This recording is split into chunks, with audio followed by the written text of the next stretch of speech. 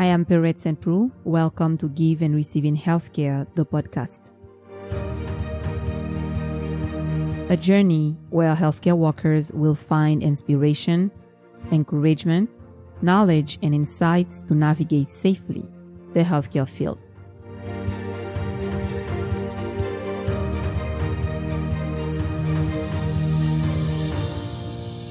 I am very excited to be with you today and truly grateful to be able to create a space where healthcare workers will feel valued and supported by their own community.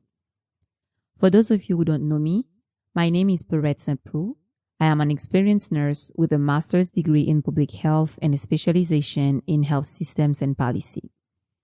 I am also the author of the book Give and Receive: How to Serve in Healthcare Without Neglecting Yourself. In this first episode, I want to talk to you about my intention behind the book and explain why I consider giving and receiving as the way for us to stop neglecting ourselves, doing what we love. To tell you the truth, my intention is to serve my community. I mean, all of you who get up every day, no matter what, to go and serve in healthcare. And my goal is to help you to get the best out of your journey in healthcare. In fact, I wrote the book to encourage each one of you to consider your role in healthcare with a deeper appreciation for the power of giving. I want you to realize that giving is not merely an act, but a significant journey of connection.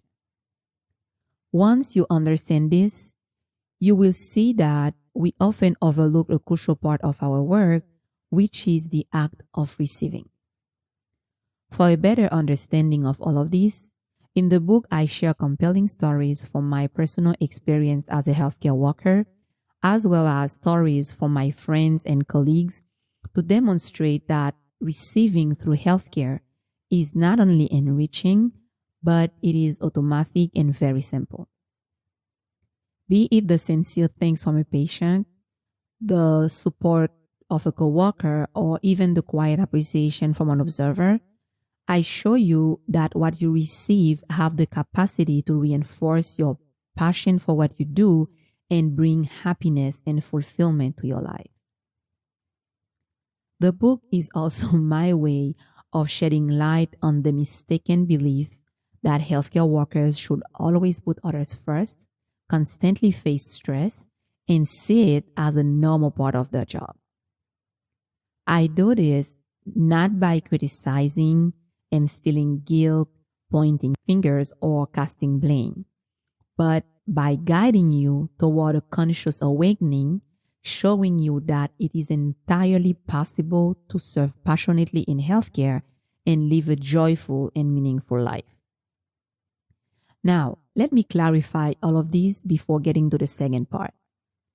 When I talk about consciousness in this context, it means not only awareness, but also responsibility, empathy, compassion, including self-compassion, and action. There is a problem to acknowledge. It is not okay for you to continue living like your well-being doesn't matter, or to sacrifice your health and well-being in order to serve in healthcare. But to become aware of your circumstances and have the capacity to act on them, first, you need to be aware of yourself. This is called self-awareness. Self-awareness deepens your understanding of yourself. It can also help you to know who you are, identify your needs and your priorities, build confidence and resilience, and also help you to understand pressures and unrealistic expectations that can be placed on you. Once you become more aware or conscious of yourself, your desire to live a life full of purpose and meaning will enhance. And as a result of all of that, you will naturally become more patient and even kinder and more supportive to yourself and to the people that you interact with. I also talk about empathy. Empathy is important because it helps you to recognize your humanness. You must understand that you are not mechanical tools for service. You are human beings whose mission is to serve, but you have your own lives, challenges, emotions, and vulnerabilities, and you deserve respect, care, and consideration. Once you make this your truth, you will understand that it is also true for the people you serve and for your colleagues. And at the end, you will find yourself creating more empathetic environment around you, which will invite everybody to take responsibility. Now, about responsibility, I would say this. Once you are aware of an issue, know that it is your responsibility to do something about it. It means that you shouldn't simply ignore or avoid it, because if it bothers you or causes you to suffer, there is a reason for that. However, the way you tackle it can profoundly influence its impacts on you. Let's take an example. Regarding most of the things that you have been complaining about in healthcare, how many times have you sat down and think seriously about their impacts on your life? How many times have you think about what you could do to make the experience more enjoyable, not only for yourselves, but for the people around you? What do you generally do about things that happen to you? Do you simply react impulsively, complaining incessantly, or respond thoughtfully? Do you adjust your personal expectations or identify and use resources available to you to solve the problem?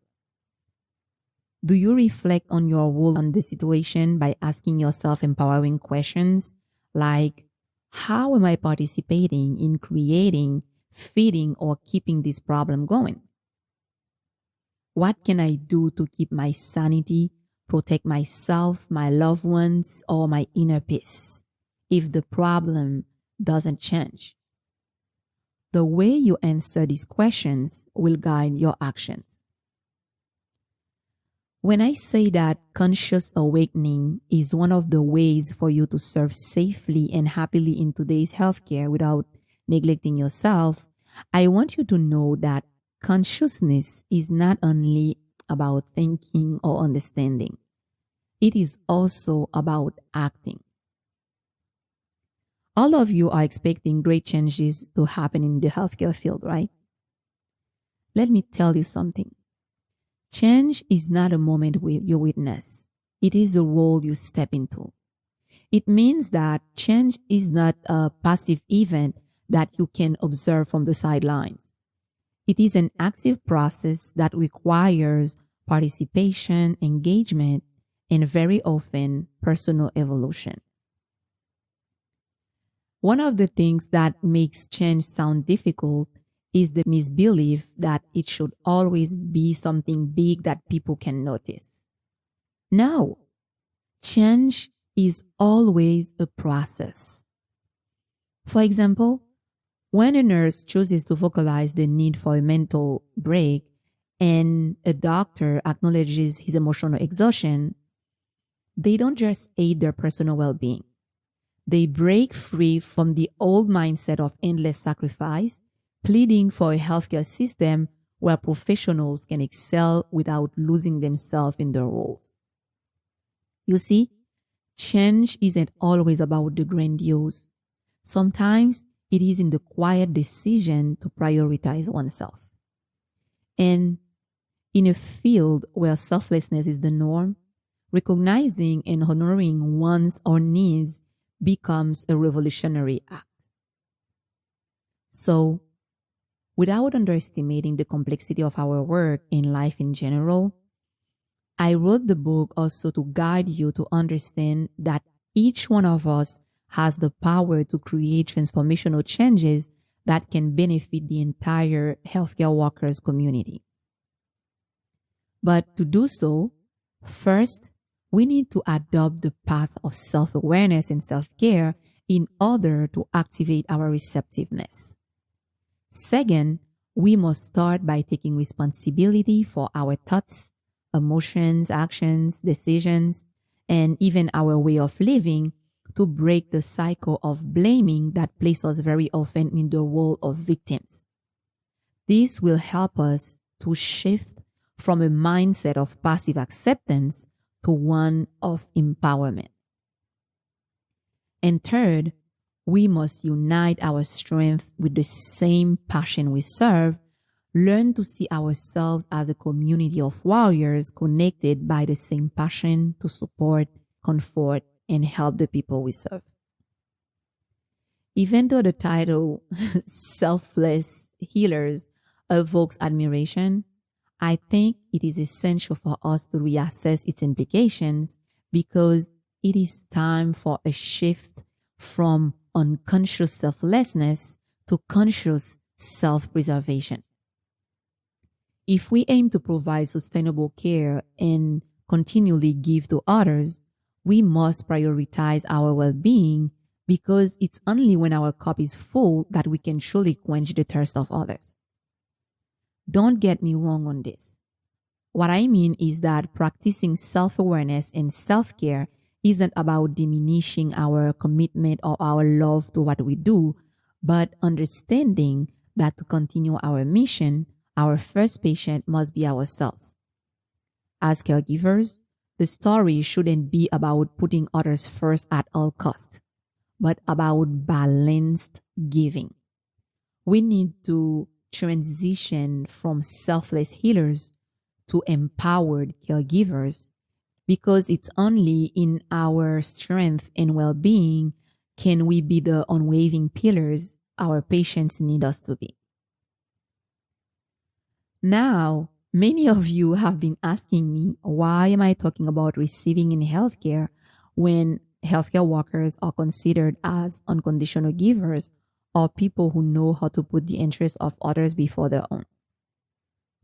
To all of you, I would say, in healthcare, receiving is as important as giving, and you need to embrace this concept for your own sake. Are you asking yourself why? It is because for many of you out there, the world of healthcare often feels like a place filled with challenges, pressures, and sometimes heartbreak. I personally describe it in the book as a labyrinth with many twists and turns. But you know what? I love this place. I love it because it is also a place of miracles, profound healings, deep connections, unwavering hope, resilience, and strong spirits. For me, healthcare is the greatest life class. It is a place where you have the privilege to see human beings in their most vulnerable states and to witness the power of love, family, hope, prayers, and heartfelt giving. In healthcare, if you are alert and receptive, this place can teach you great life lessons and shift your perception about what is important in life as you realize that life has more colors than a rainbow. However, in that same place, when you choose to give constantly without accepting and embracing what you are getting in return, you are not only depleting your physical resources, but you are also depleting your emotional and mental resources. What you don't realize is that being trained to prioritize patients' needs don't give you immunity against your self-needs and the repercussion of chronic stress. You need to keep in mind that as human beings, you also need time to heal, reflect, and recuperate. If you feel like you are giving everything in healthcare and getting nothing in return, know that you might have it all wrong. Because the same way you cannot pour from an empty cup, you cannot give what you don't have. In my opinion, giving is an act that expresses joy and love for both the giver and the receiver. But How can you truly give when you are always overstressed, saddened, angered, distressed, or running on empty? For your act of giving to genuinely be a blessing in your life and the lives of those you serve, you must always give from a place of joy and great satisfaction. But for that to happen, it is essential that you take time to appreciate not only what life has given to you, but also how it has been using you to bless others. Let me ask you this. Do you believe that all your patients come into your life for you to serve them? Don't you think many of them come instead to serve you by reflecting your thoughts, emotions, behavior, or state of being back to you? Don't you think many of them come to teach you a life lesson or to be your mentor in order for you to grow? I am inviting you to take time to reflect on these questions and feel free to share your thoughts with your community. My message to you is this. To serve happily in healthcare, it is essential to understand why you choose this path and truly recognize who you are. You need to determine your priorities, acknowledge your emotions, set clear boundaries by knowing your limits, and maintain honesty with yourself and others. Above all, regular self-reflection and practicing gratitude are vital. Embark with me on this journey, and I will help you to realize that to continue serving selflessly in healthcare, you must care for and re-energize your own body and spirit. Do you know why this is important? Because this is the least you can do to express love for yourself and gratitude for what you often take for granted. If you really think you don't have time to take care for yourself, just look around you. Don't you see how hard the people you are serving are fighting for their lives and well-being while you have the privilege of health and strength? Haven't you already met patients who will give everything they have just to spend one more week with their loved ones or to get rid of their diseases? Haven't you met those who wish they could have a second chance just to appreciate what you are now undervaluing? Are you waiting to be in their shoes so you can understand how vital your physical, emotional, and mental health is? Not just for you, but for your family, friends, and community? Embark with me on this journey, and I will also help you to understand that it is okay to let yourself be loved, appreciated, and cared for. Why do you want to appear so strong when you know that you are falling apart? Why do you refuse to ask for help when you know that you have already done everything in your power? Why do you care more about how people see you and what they think of you when your heart and your whole self is telling you the opposite?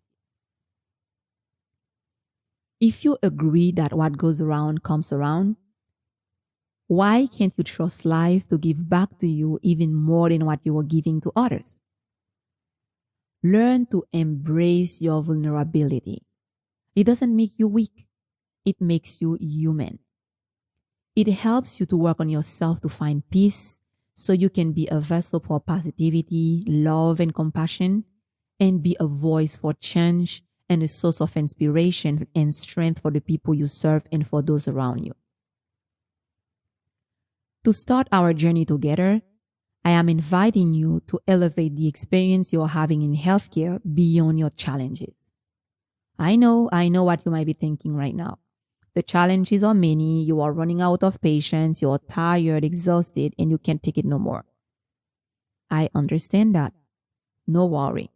We will get back to it in other episodes. But I'm saying right now, You need to elevate the experience you're having in healthcare beyond your challenges, not by acting as if they don't exist, but by choosing to focus on what matters most to you. Let's consider this. You've dropped a precious diamond into a heap of debris. This diamond holds immense value to you, and you wish to retrieve it. Would you concentrate on the debris or on the diamond? Naturally, you would focus on the diamond, right? Well, let's say that the diamond is true love for yourself and what you do. Once you find it, know that you've found your source of strength and resilience. This is all you need to know your limits, to learn to keep yourself safe by setting healthy boundaries, and have the courage to stand up for yourself, knowing when to say that's enough. When you found self-love and your passion, you will realize that your experiences in healthcare, good or bad, can be considered as a light to your path, a life lesson to be learned, and a story to be told. You will understand that they are part of your life journey, but it is up to you to let them break you down, consume you, or to use them to grow. If you believe that the darkest hour of the night precedes the sunrise, just as morning follows the night, know that the challenges you're facing in healthcare are not a dead end. There may be brighter day on the horizon, but do you want to experience them? Are you ready to experience them? The decision is yours and only yours. The book and the podcast are my commitment to helping every one of you who wants it navigate the complex corridors of healthcare with grace and to rediscover the joy and fulfillment in what you do, knowing that taking care of yourself is also part of your job. If you allow me, I will be a voice in your mind to remind you as often as it is necessary that while you are giving so much to others, it is essential to pause, reflect, and recharge.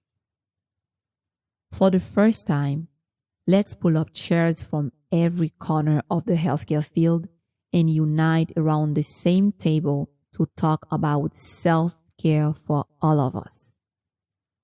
Be it a nurse, doctor, technician, therapist, nutritionist, social worker, or housekeeper, or any role in between.